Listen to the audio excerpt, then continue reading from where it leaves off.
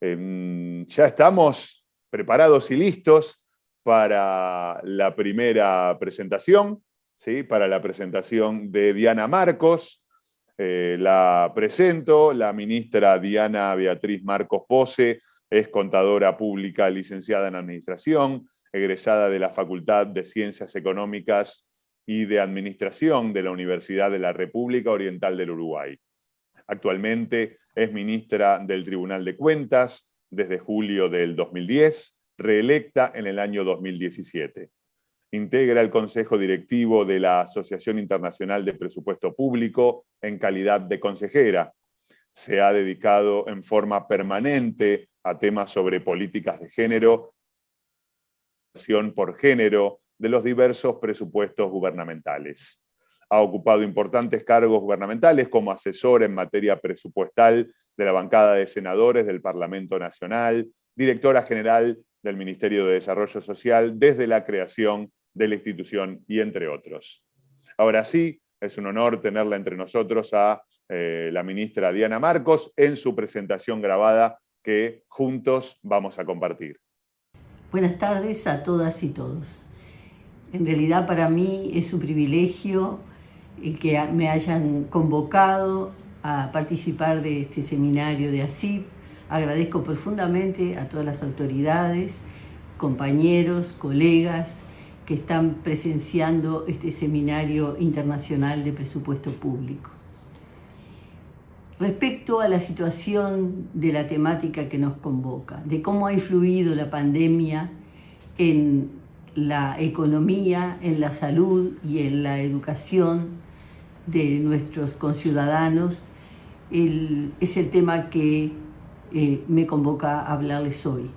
En realidad, como todos sabemos, esta pandemia fue una sorpresa para el mundo entero y ha descolocado a todos los que trabajamos a toda la población, pero en particular a los que trabajamos a nivel de los presupuestos del Estado y la realización de los mismos. En América Latina en particular y en Uruguay, la pandemia nos tomó con una emergencia social, con una emergencia sanitaria que fue realizada el día 13 de marzo. El 1 de marzo en Uruguay comienza un nuevo gobierno, asumen las autoridades de un nuevo gobierno.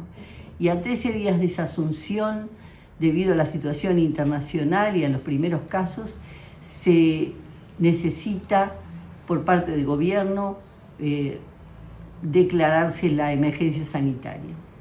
Esta emergencia sanitaria tuvo como instrumentación algunas principales medidas. Las primeras fueron suspensión de todos los niveles educativos en la enseñanza, instrumentación del teletrabajo en los casos que se requiriera, exhortar a reducir, y el gobierno declaró la suspensión de vuelos y cierres de fronteras de Argentina y Brasil. Se suspendieron los espectáculos públicos y otras medidas para evitar la propagación del contagio. Si bien se apeló a lo que se llamó la responsabilidad de la ciudadanía para no trasladarse y estar en reuniones. En cuanto a la salud, ¿qué sucede en Uruguay? A pesar de esta situación adversa, encuentra a un país fortalecido por diversas razones. Existe un sistema en Uruguay integrado de salud muy fuerte, con cobertura universal, que reglamenta el derecho a la protección de la salud de todos los habitantes del país, financiado por el Fondo Nacional de Salud, denominado FONASA, e integrado por mutualistas, el Sistema Nacional de Salud, por el cual todos los habitantes de la población tienen derecho al servicio. Se creó el Sistema Integrado de Salud en el año 2007, un ente financiero encargado de recaudar, administrar y distribuir el dinero que el Estado tiene destinado a la salud en el país, extendiendo la cobertura médica de los trabajadores y su núcleo familiar. El 32% de la población uruguaya se atiende a través de este organismo y el 68% restante por los prestadores privados. Una de las primeras medidas que toma el gobierno respecto al tema sanitario es la creación del Grupo Asesor Consultivo Honorario, denominado GACH, que estuvo conformado por catedráticos, especialistas en temas de investigación en salud, matemáticas, tecnología, informática, entre otras áreas, con apoyo del Instituto Pasteur, la Universidad de la República y otros.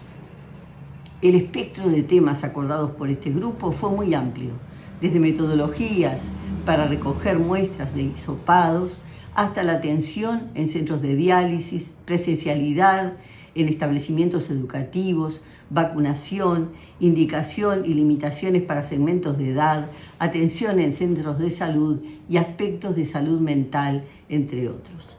La calidad de sus comunicaciones en apariencias públicas con lenguaje claro y sencillo contribuyeron a la mejor comprensión de los problemas y la racionalidad de las medidas sugeridas a la población, lo que fue un factor más que relevante para la limitación del daño.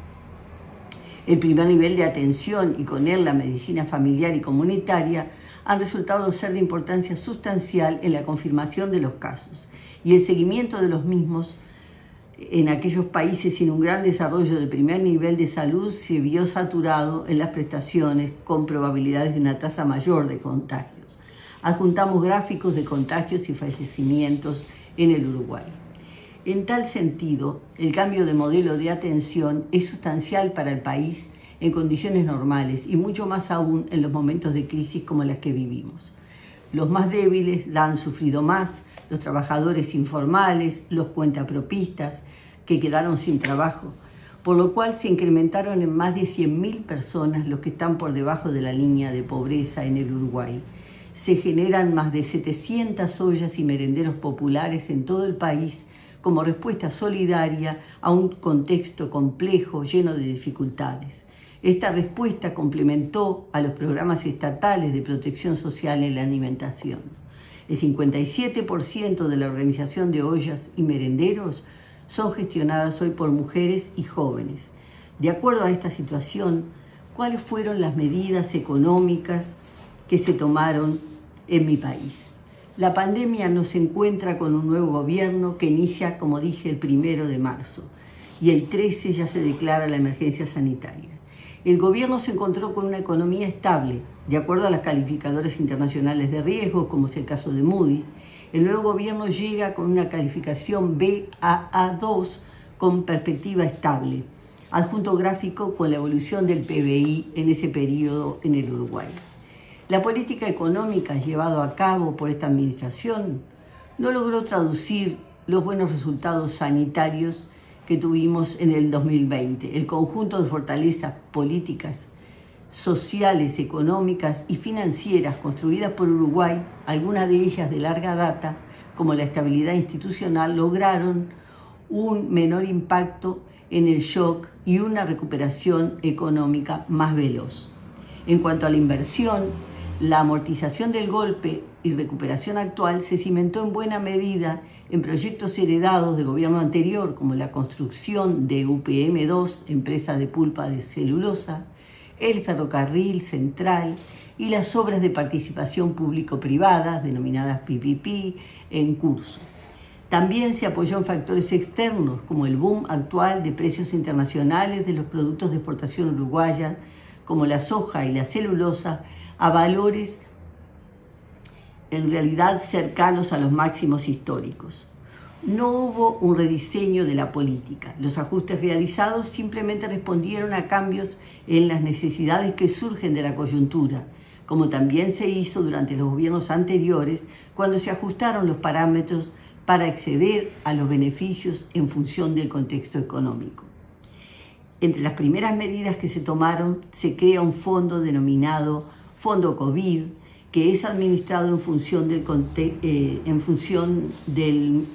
contexto y administrado directamente por el Ministerio de Economía.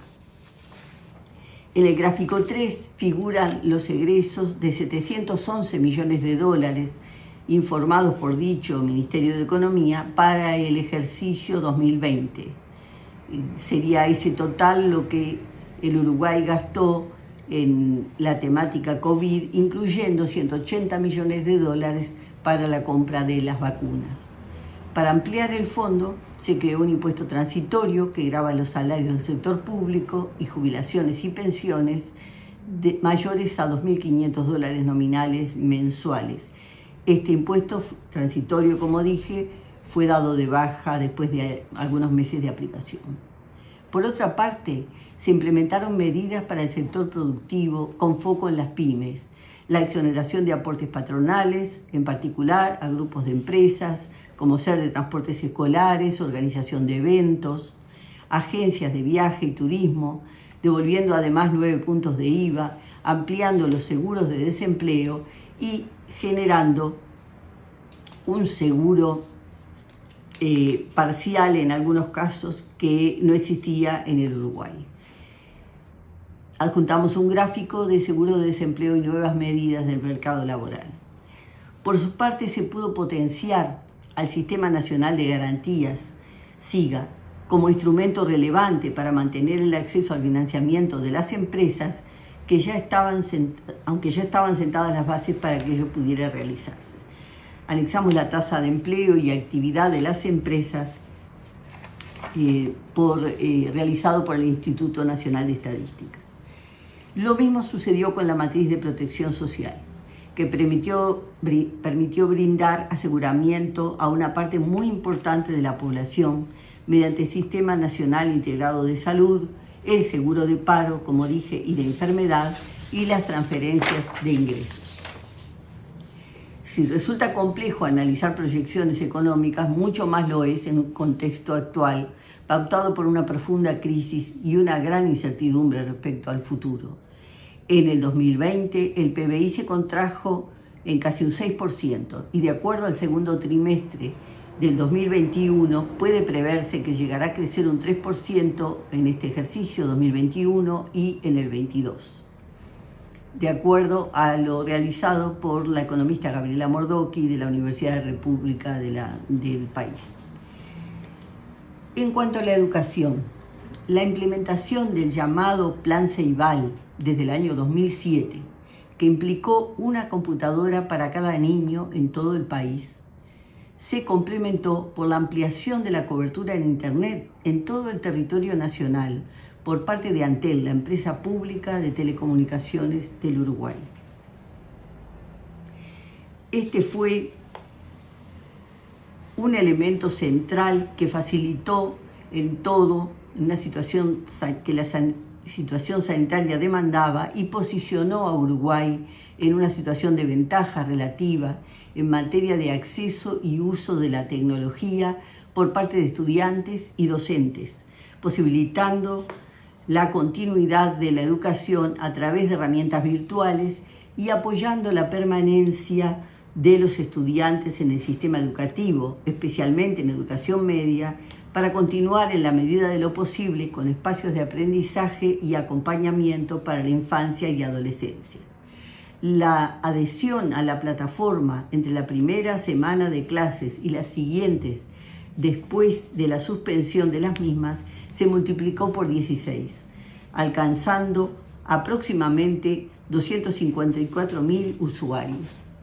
Uruguay fue uno de los países mejor preparados en la región para realizar el tránsito hacia la educación a distancia, sustentándose en una plataforma integral de aprendizaje en línea con alcance nacional en este caso. La disponibilidad de contenido adaptado para docentes, estudiantes y familias, junto con el amplio acceso a Internet y dispositivos, permitió que más del 75% de los estudiantes y el 84% de los docentes se mantuvieran conectados a la plataforma durante el cierre de las escuelas. En el marco de la rendición de cuentas, desde el año 2014, la Administración Nacional de Educación Pública amplió las matrículas de alumnos, incluyendo a menores de 3 años de edad en el sistema educativo. También se produjo un incremento de estudiantes de UTEC, alcanzando hoy en día 3.946 inscriptos.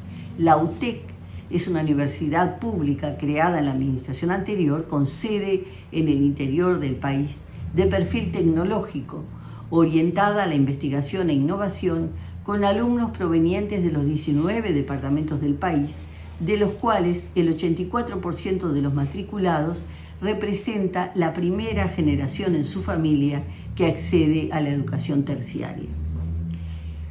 En el nuevo presupuesto quinquenal, el gobierno se ha centrado en el control del gasto, tratando de disminuir el déficit fiscal. Esta definición ha hecho que se disminuyan varios programas existentes en el país en cuanto a políticas sociales. Además, la creación de la Ley de Urgente Consideración, aprobada en noviembre del año 2020, plantea la aplicación de la que llamamos la regla fiscal. El gobierno manifiesta que aún no la ha aplicado, a pesar de la disposición legal. Esta es una discusión que de verdad dejamos abierta entre los colegas presupuestarios, de cuál deben ser las prioridades en momentos tan difíciles a nivel latinoamericano y mundial de pandemia como la que estamos viviendo. Es decir, es cierto que debemos trabajar en el equilibrio presupuestario, su control, eficacia y eficiencia, pero en momentos donde la vida de las poblaciones está en riesgo y situaciones como la actual no se han vivido, en realidad tendríamos que ver cuál es el equilibrio a lograr, dado que al momento actual hasta los países más desarrollados están planteando una serie de imposiciones a las personas con más riqueza y empresas multinacionales a nivel mundial. ¿Hasta dónde debemos trabajar con el equilibrio presupuestario y hasta dónde debemos seguir invirtiendo en políticas sociales? Es un tema que dejo planteado, agradezco mucho la atención que me han dado y estoy a las órdenes para lo que quieran disponer. Muchas gracias y buenas tardes a todos. Muchísimas gracias, Diana Marcos, de Uruguay, por sus palabras.